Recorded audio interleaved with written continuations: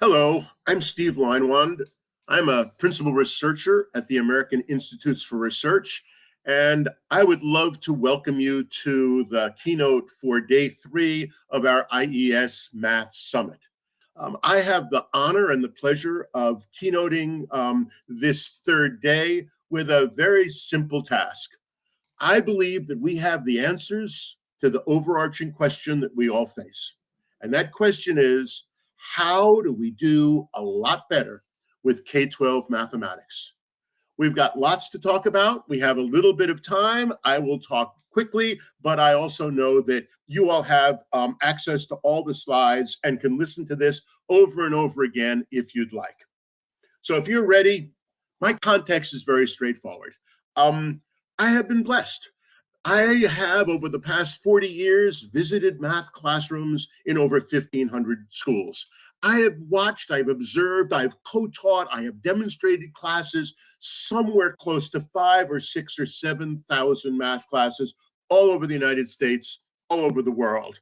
I have been in amazing suburban schools that build on their socioeconomic advantages and outperform other equally gifted schools. I have been in some incredible urban schools. I have been in schools that perform at the highest levels despite the litany or the tired litany of excuses.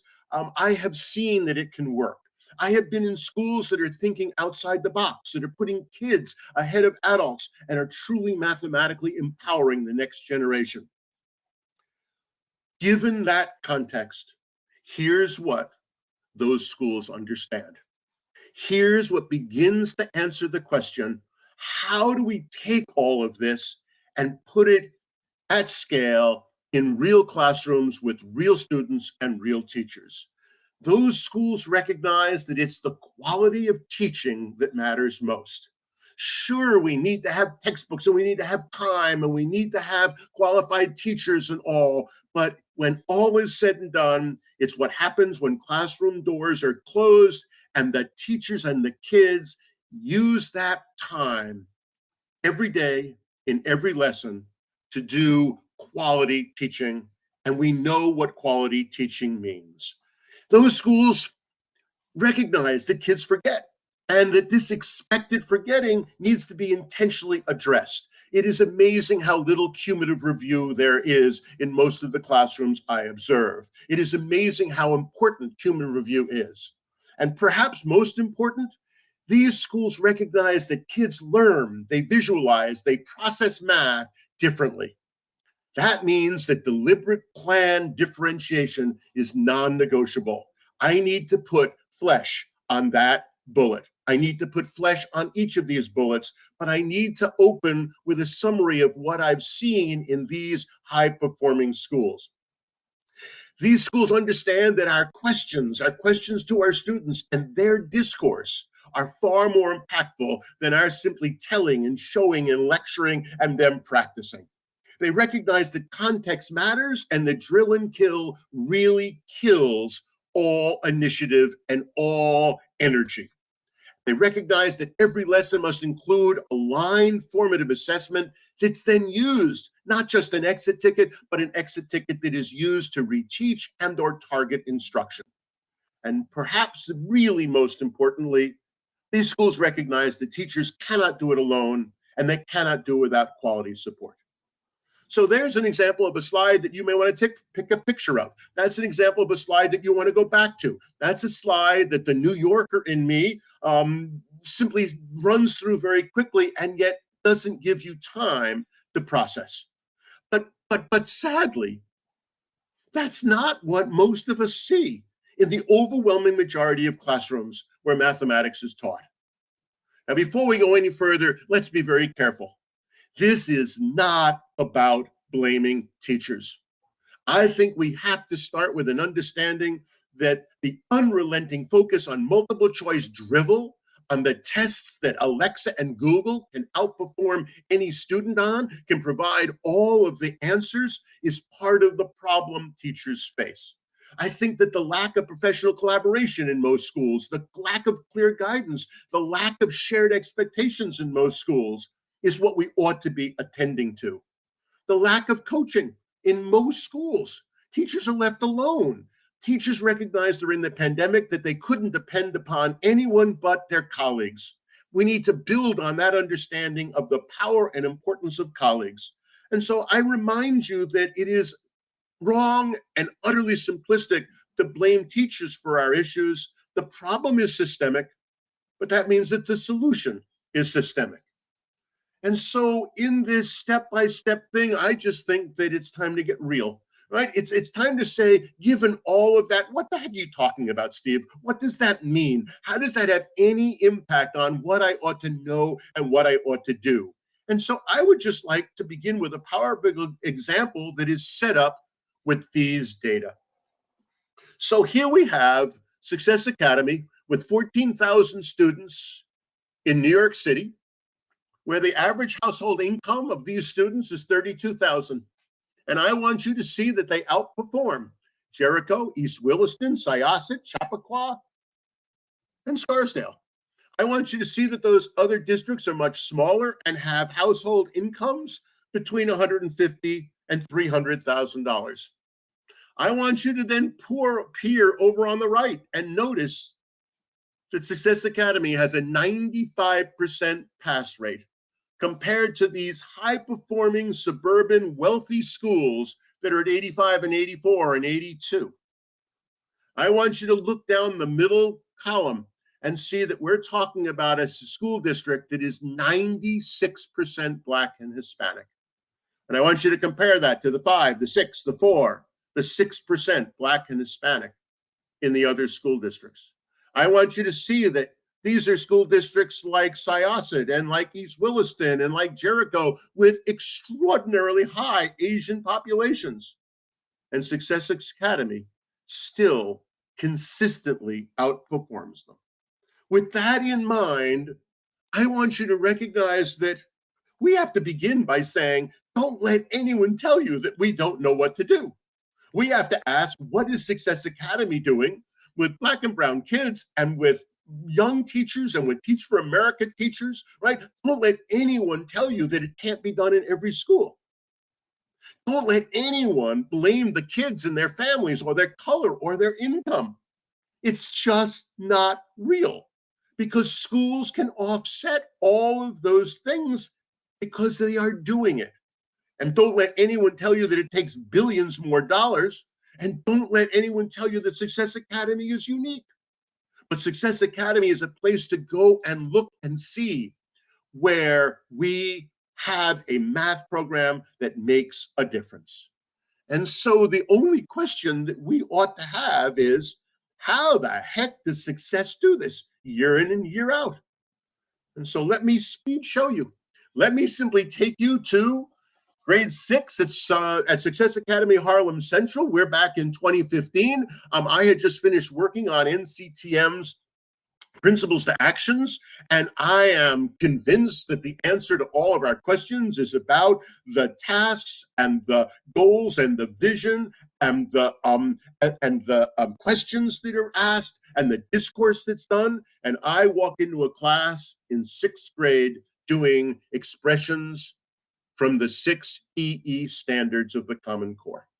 I walk into a class with 2 20-somethings co-teaching math. I walk into a class with 19 scholars, because that's what Success Academy calls its students.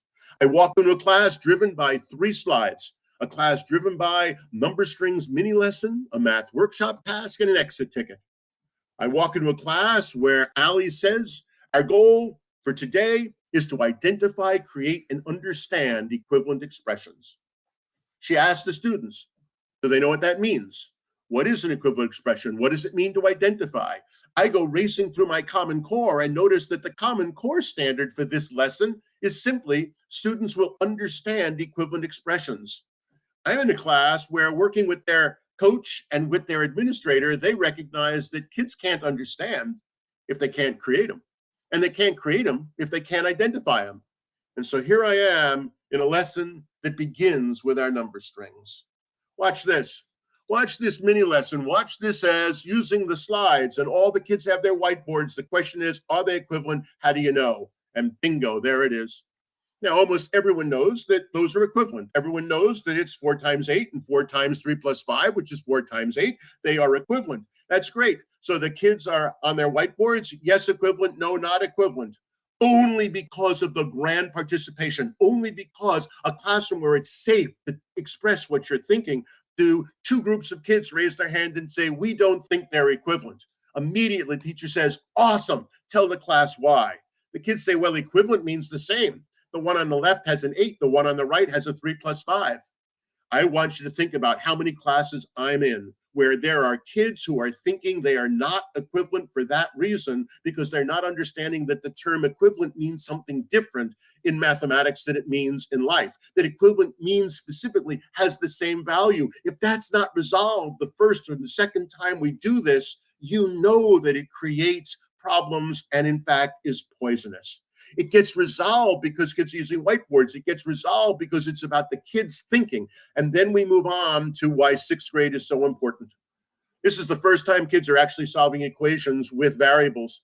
Look at how it is not about a process of solving. It's about understanding that, are they equivalent?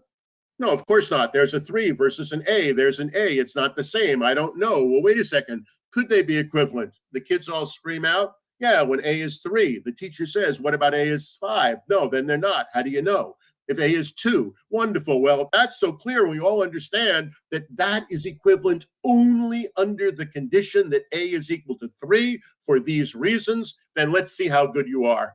Bingo, done. Every kid screams out, B is 5. You just solved 2 equations. We are doing algebra. And the kids are just feeling all pumped up. And then they get hit with this because they're always pushing at Success Academy. Wonderful. The kids spent 10 minutes arguing back and forth. Are they equivalent? Are they not? We're not sure. We think they are. They're putting numbers in. They're putting numbers. Another, who thinks they're not equivalent? Always. Who thinks they're not equivalent? Kids go, we don't think they're equivalent because we don't know if X has the same value on both sides of the equal sign. I almost fell on the floor. These are sixth graders. This is a class of kids in Harlem. And I'm listening to these kids, well, and we don't know about why either.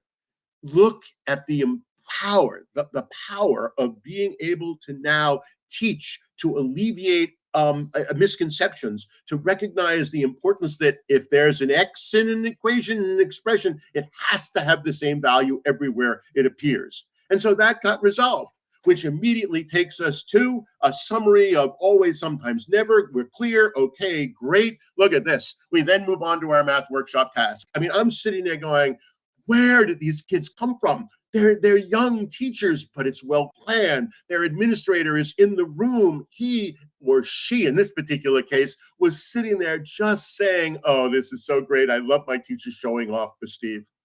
Boys and girls, scholars, Jan normally rides her bike to and from work. That's all. It is not bombarding the kids with all this stuff. It is animated slides. And the question is, what do you know about Jan?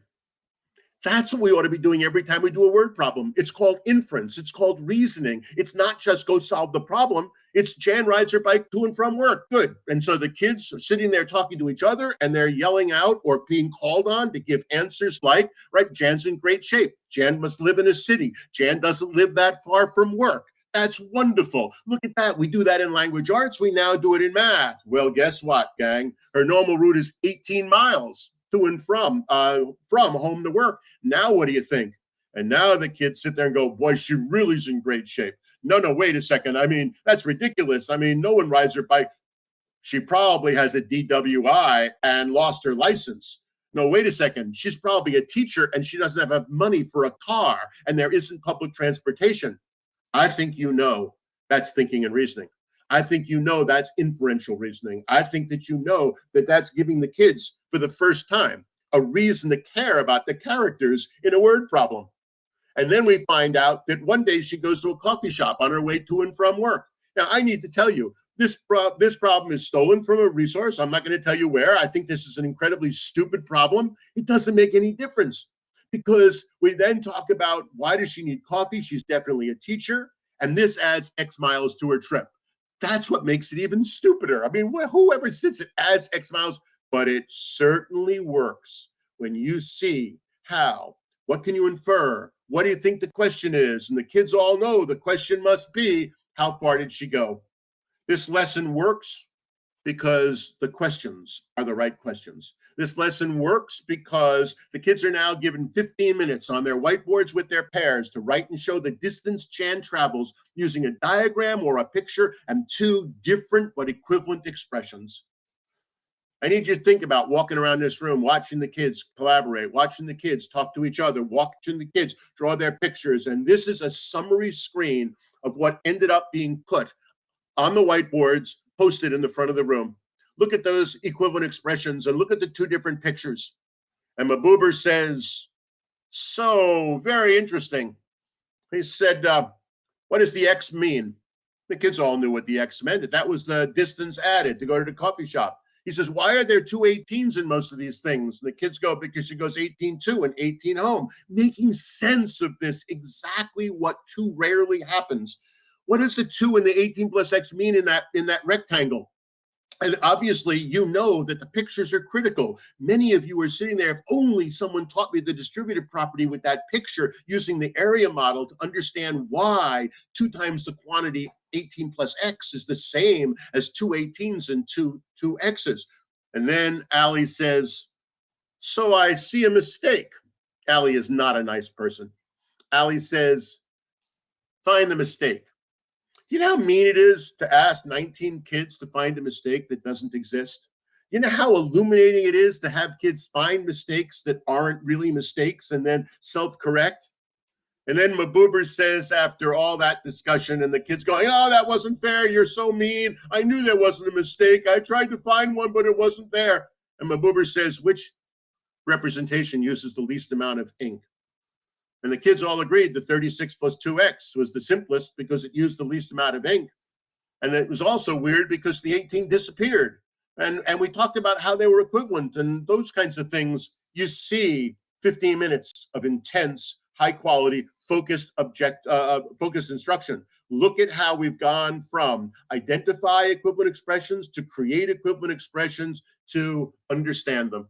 This is a much bigger exit ticket than I would ever recommend, but you know what? It worked. There it is. There are 4 expressions by yourself, finally, okay? On the slip of paper I've just handed out, right? Are they equivalent?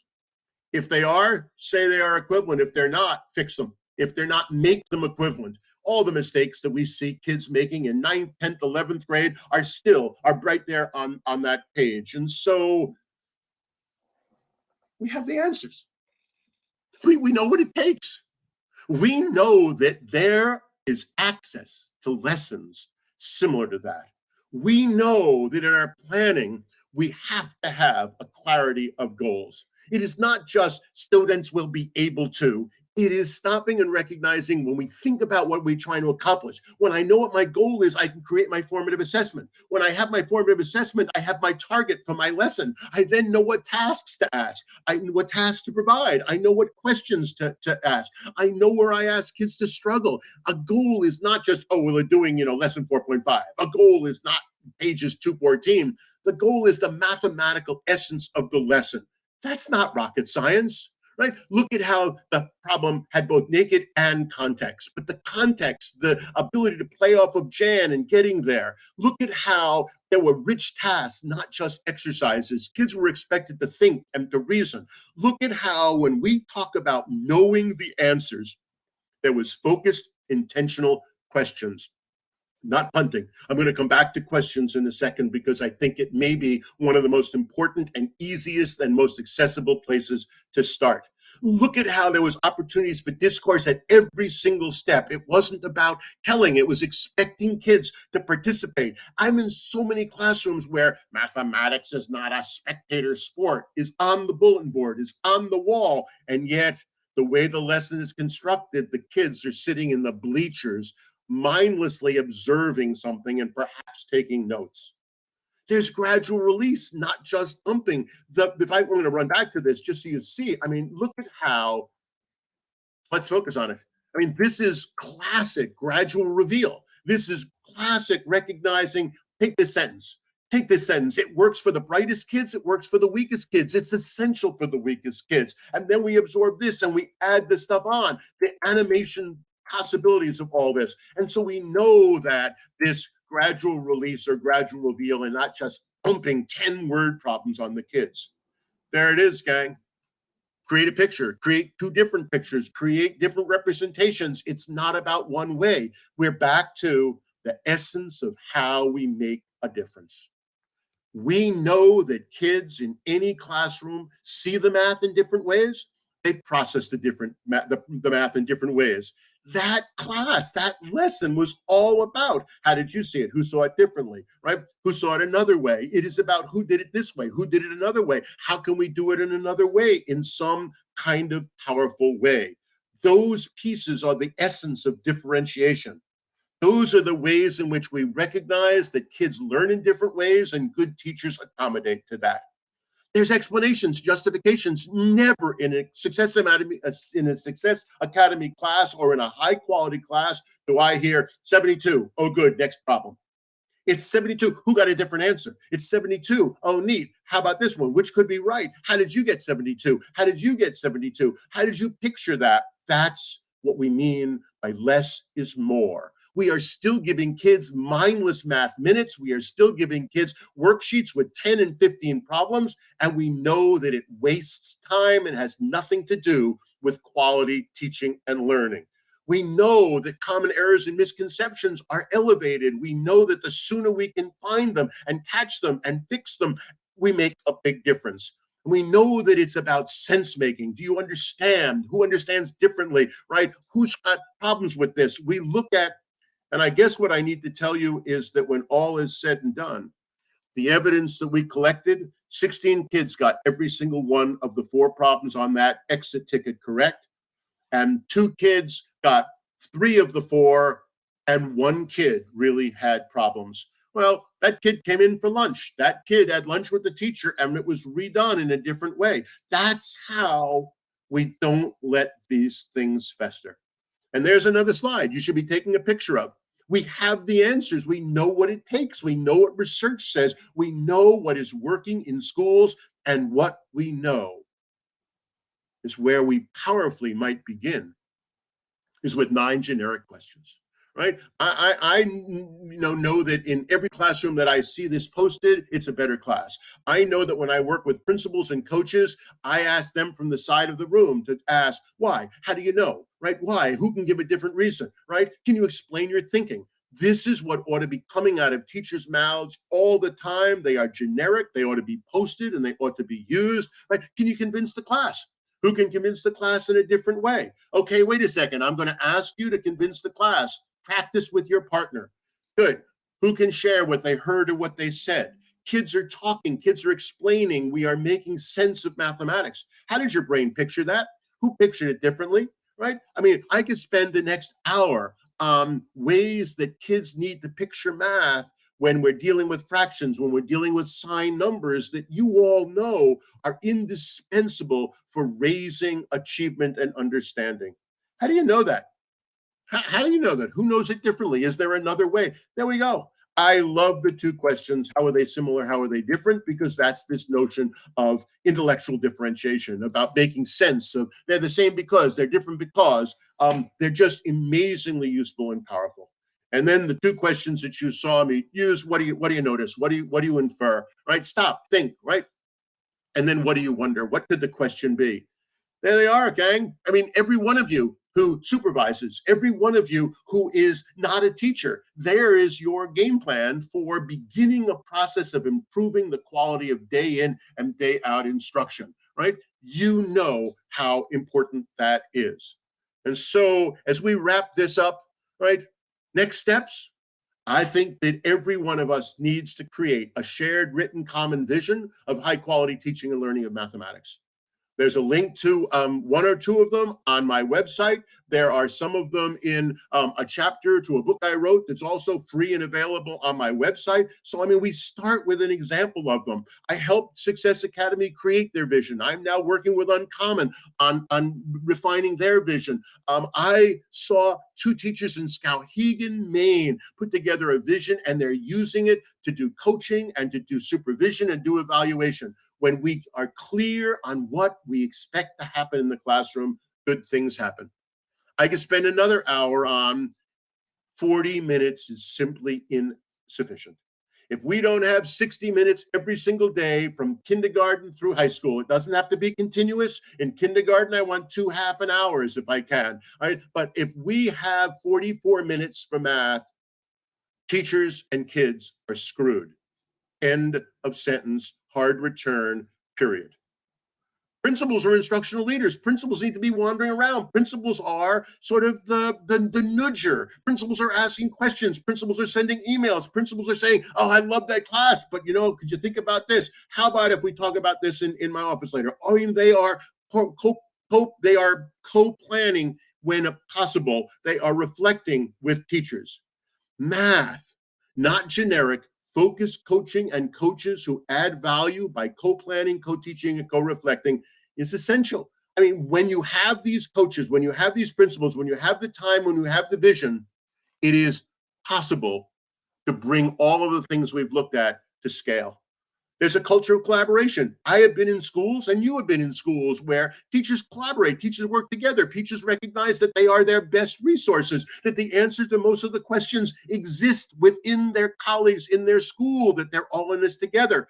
And then I'm in schools where no one visits anyone else, no one talks about it. The faculty meetings are administrivia without any attention to instruction, and you wonder why kids are being hurt. And there's an expectation that this can and must be initiated over the next 12 months, right? Not all of it. It takes 5 years to really change things around, but there's so much that can be done in 1 year and in 2 years. And so, ladies and gentlemen, math leaders, people who care about math, people who worry about all these things, thank you. Thank you for giving me the opportunity to share some of what I passionately believe, obviously. But it's not about me. The message is, we have the answers. The ball's in your court. What's your to-do list? What are you going to do about these things? It's time to finally bring these answers to scale, not just in 10 and 20% of the schools, 10 and 20 or 30% of the classrooms, but in every school and in every classroom, in every school. Because if we don't, math doesn't work, and society pays the price. Thank you again. This has been my pleasure.